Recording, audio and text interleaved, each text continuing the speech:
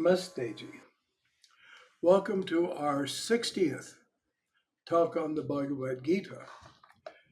We are still in the 13th chapter called the Yoga of the Distinction between the field and the knower of the field, between the real knower and that which is known externally, the world around us.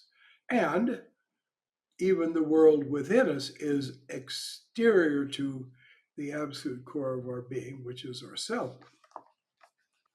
Krishna has been describing what is required to really know this field and to know the knower. Because people don't really understand the world around them, because the world is actually a revelation of God. So if we don't see God in the world, then we don't see the world as it is. So opening that eye of the spirit, forget the idea of a third eye. The truth is, it's a billion eyes and it's only one eye. But he's talking about what is required to really have this full knowledge. He said already, unswerving devotion to me with single-minded yoga, living in secluded places, having distaste for association with many people. It doesn't say with all people, but the idea of just a lot in crowds and so on. Yogananda said, I don't like crowds of people, but I like crowds of souls. Now we begin anew. What's new? Establishment in the knowledge of the Supreme Self. That is both intellectual knowledge. We study things like the Bhagavad Gita, especially the Upanishads, and various scriptures that do give us an oblique knowledge. In other words, I've never been to Brazil, but I know Brazil exists. I've seen motion pictures of Brazil. I've read books about Brazil, of course, seen a map of Brazil. So that's knowledge of Brazil, not direct. Knowledge direct and instant is actually a description Krishna has about the full knowledge. But at first, we know about the Supreme Self, otherwise, how will we know it? For example, the people in Europe, they talked about the New World and coming to the New World. The very greedy ones believed there was lots of gold here, but they had to know about it first. Then they came here. Then they found they didn't have any gold. But anyway, still, they found it, and here I am in the state of New Mexico. So there is oblique knowledge, and then there's direct knowledge. Keeping in mind the goal of knowledge of the truth. See, a lot of people, they read the Gita. Oh, that was wonderful. Oh, it opened up such vistas to me. Oh, yes, and I also read this yogi stuff and that yogi stuff. But it's all in the past, what it did. Krishna says, keeping it in mind, having it in mind always. You see, we say, oh, it's all the self, it's all the self. And then we get in traffic and somebody crosses over in front of us and we honk the horn and say, well, you blankety blank, blank, blank. Well, where did the knowledge of that it's all the self go? You know, I've known people, they'd like to say, oh, it's all one, it's all true. And I think, I'd really love to give you a good slap. And then I'd find out how Advaitic your vision really was. But I never did it because I was a coward. I would love to say because I was too noble, but I was a coward. So keeping it in mind, how will you keep it in mind? Japa and meditation, japa and meditation, japa and meditation. Constantly saying, Soham, I am that, which carries within itself the seed of the consciousness of I am that.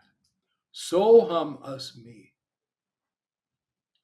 My being, my conscious, my awareness is at Soham. If you're with Soham, you're with God. You're with the infinite. Now, there's not perfect awareness of that, or have you expanded to infinity in your awareness, but nevertheless, it is true. And that is both the means to the goal, Soham, Soham San, and the goal. This the practicer will find for him out for himself, and the others will not. This is said to be true knowledge. Other kinds of knowledge, there are people that cram their minds with facts. Did you ever know the trivia people? They think that if they know trivia, it means they're intelligent, which in reality, it only means they're trivial. They're trivial, so they like trivia. And they're also so trivial and so minimal that they think that spouting trivia makes them seem intelligent. I think I may have mentioned one time when I was living in the Greek monastery, I walked by a door and this monk stopped me. And yes, I think I've told he'd been persecuting this other monk whom he didn't respect, but who deserved respect, I can assure you, and said to me, do you know who Dr. Mudd was? I said, sure.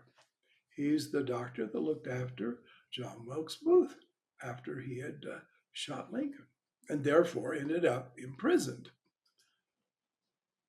He was very disappointed. He hoped that he could go ha ha at me like he had in the poor monk that he had there in the hot seat. This is not real knowledge.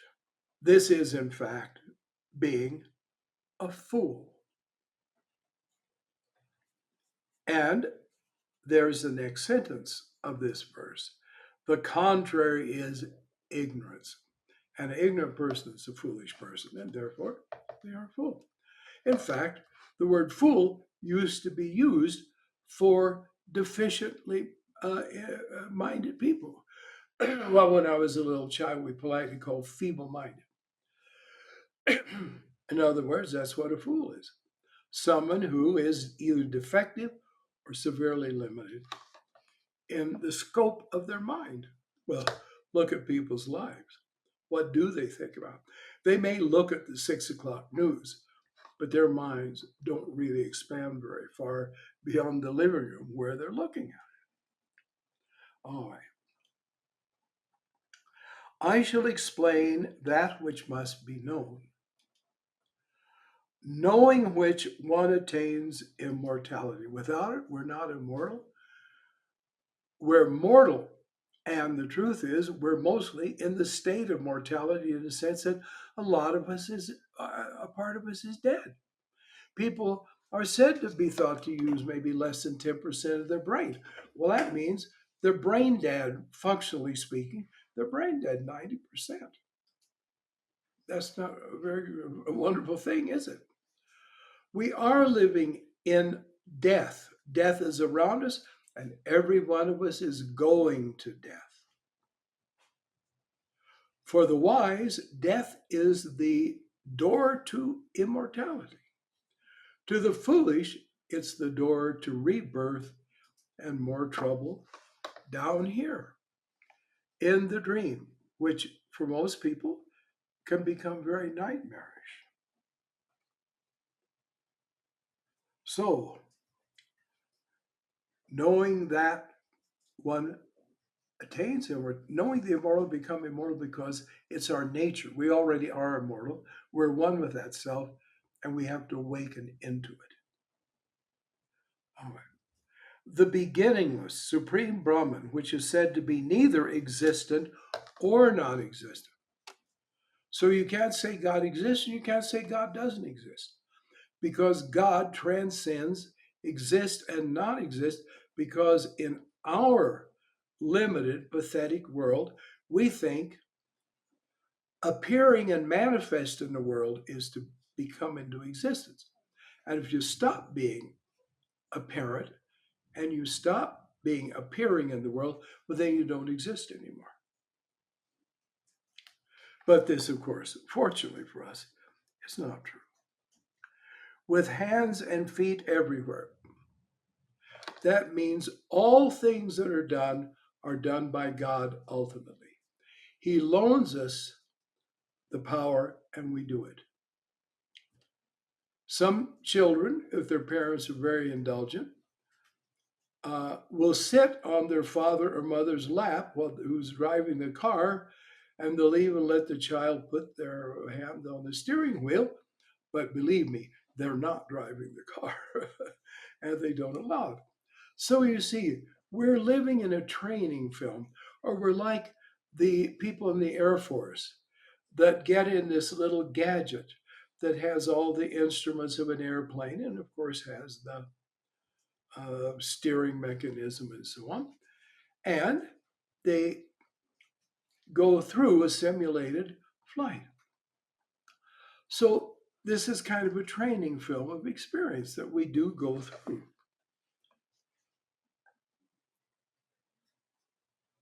And so it exists and does not exist.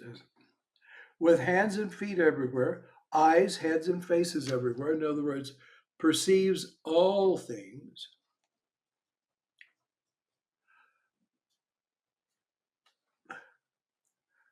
With ears throughout the universe, that stands, that remains, that is steer. That is settled, that's permanent, that doesn't come, it doesn't go. That stands enveloping everything. So it's not, in a sense, we can say, all right, it's right there. And another sense, we can say, well, no, it's not just right there, it's everywhere. Because it is everything. Having the appearance of all the qualities of the senses, in other words, people do see God, people do hear God, people do touch God. Of course, in a higher levels of our being, especially in the etheric, but it happens. Truly, God is very real. God is very touchable. God's presence can be felt. Of course, this isn't the way it is with everyone. I'm glad to say I grew up with people that did have that constant experience. Yet free of all the senses, unattached, yet remaining all, free from the gunas, all the qualities, conditions, yet experiencing the gunas. Right now, if I pinch my hand, Ishwara feels that. Ishwara sees what I'm seeing right now. You see, I'm looking at a computer screen. I'm seeing an image of myself, and behind me, the various objects in the room. Ishwara is doing that. Ishwara is seeing that. He is hearing what I say, and in a certain level, Ishwara is saying what I say, because I do it only by the power of Ishwara. Unfortunately, I can't blame my faults on him, but still, the faults I committed are committed by the power of God.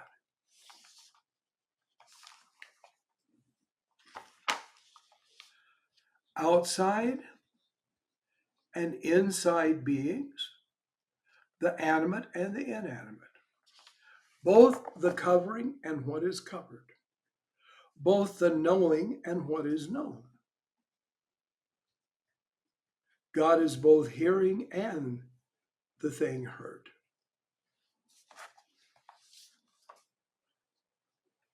Seeming sentient and insentient. Incomprehensible because of its subtlety. Because look at us. We were just born in its world. Somebody slapped us on the rear. We started to cry. And we were just a bundle of sensations which we couldn't even sort out, which we couldn't comprehend. That's one of the reasons we cried so much, like we were in panic. It's the nature of every sentient being to see and to comprehend. And when we don't comprehend, we go into panic. Babies are in panic. It's terrible to act like, oh, I've heard people say, oh, it's a very good baby, hardly ever cries. Well, a baby that cries isn't bad. A baby that cries is alive and awake. So it's an intelligent baby. So we try to soothe it as best we can. But still, that's its condition. All right. Outside and inside beings, animate, inanimate. This thing too is the ever conscious Brahman. Incomprehensible because of its subtlety, far away and also near, there and here. But the subtlety, here's the thing is, if we refine our minds, if we refine our inner subtle senses and develop our inner subtle brain, really, literally so, there is an astral brain and a causal brain even higher, then we can come to sense the subtle and we can experience the subtle. There are people, you see, dogs hear sounds we can't hear.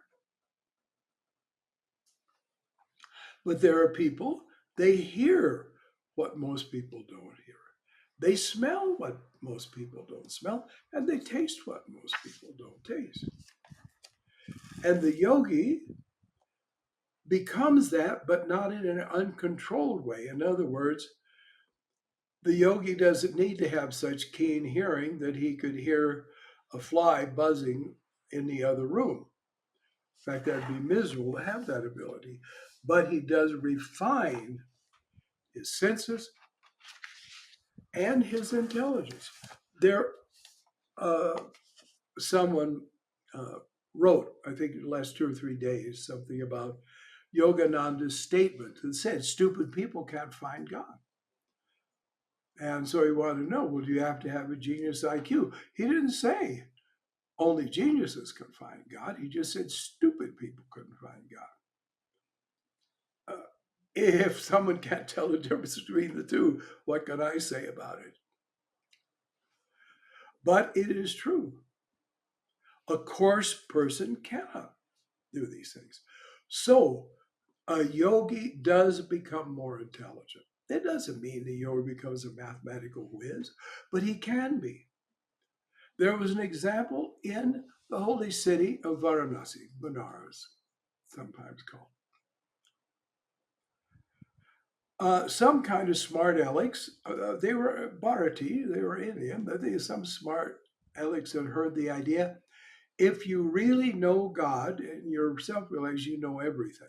Well, personally, I think a great yogi could put his mind on something and figure it out, but he doesn't right now. No, but they thought, well, let's test this man out. We heard he's enlightened. So they brought him all the things needed to make a shoe and said, make a shoe. They thought they were very smart. He made a shoe. They asked him various kind of questions, and he knew everything. He told them everything. That isn't common, but it happens. Those of you who read the autobiography of a yogi, you may remember the great yogi, Lahiri Mahashai. His name was Shamacharan, Lahiri Mahashai. Mahashai being a title. And he had an illiterate disciple named Brenda. They call it Brenda Bhagat. That means Brenda the devotee. And Brenda was dumb. I mean, that's just the way it was. But he was very devoted because, you see, inside we're not stupid at all. And he had the real intelligence awakened that he needed to find God. So it tells about him coming and Shamacharan, hear him ask him, "Do you want to learn some higher practices?" And he said, "No, because I'm so overwhelmed with the ananda, the ecstasy, the joy, that I can barely just deliver my letters." By the way, he was a mailman. You might be interested to know he couldn't read or write, but he'd figured out how to work out letters and something. And sometimes he asked people, "Where is this?" And he delivered it. But he persevered. And this is something that really happened. It's considered that the greatest pundits are in the holy city of Varanasi, or that they often gather there. And therefore, we hear almost legendary stories of great sages, great scholars that have assembled there and discussed various things and solved various questions and so on, or problems. So, and also the pundits of Benares love to debate, because if one of them wins, it figures he's smarter than the rest. So there was a big debate, discussion, investigation going on, and somebody took Brenda Bhagat to witness it. So they were wrangling and they're going back and forth, and each was making good points, but none could really score the whole thing and get it. And so it was going on. Finally, Brenda Bhagat just tugged the man's shirt and said, "I know the answer to that. I want to say something." "Shh," he said. "You thought like you're a dummy, you know." But he said, "Really, really, I want to say it." So I said, "Well, all right, say it." Now remember, this is a person who couldn't read and write. So Brenda Bhagat stood up and said, "I have something to say about this." And he gave the perfect and complete, because it's a very complex question, answer to the whole thing, quoting in Sanskrit. Remember, he couldn't read or write. Quoting in Sanskrit and citing the scriptures and the exact chapter and verse of the scriptures. You see, so it was. That can happen.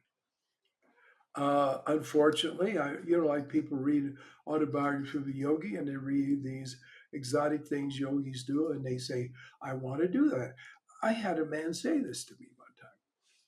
He said, "Well, I'd like to study yoga, but I want to levitate. Can you guarantee me that I'll be able to levitate?" One of the most useless abilities a person can have.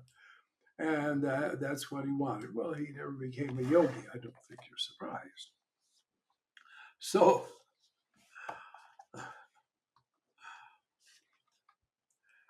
yes. And so, um, we should stop right there because I've gone 3 minutes over the time. So, what will be the next thing said by Sri Krishna? I, Swami Nirmalananda, shall reveal it to you in talk number 61.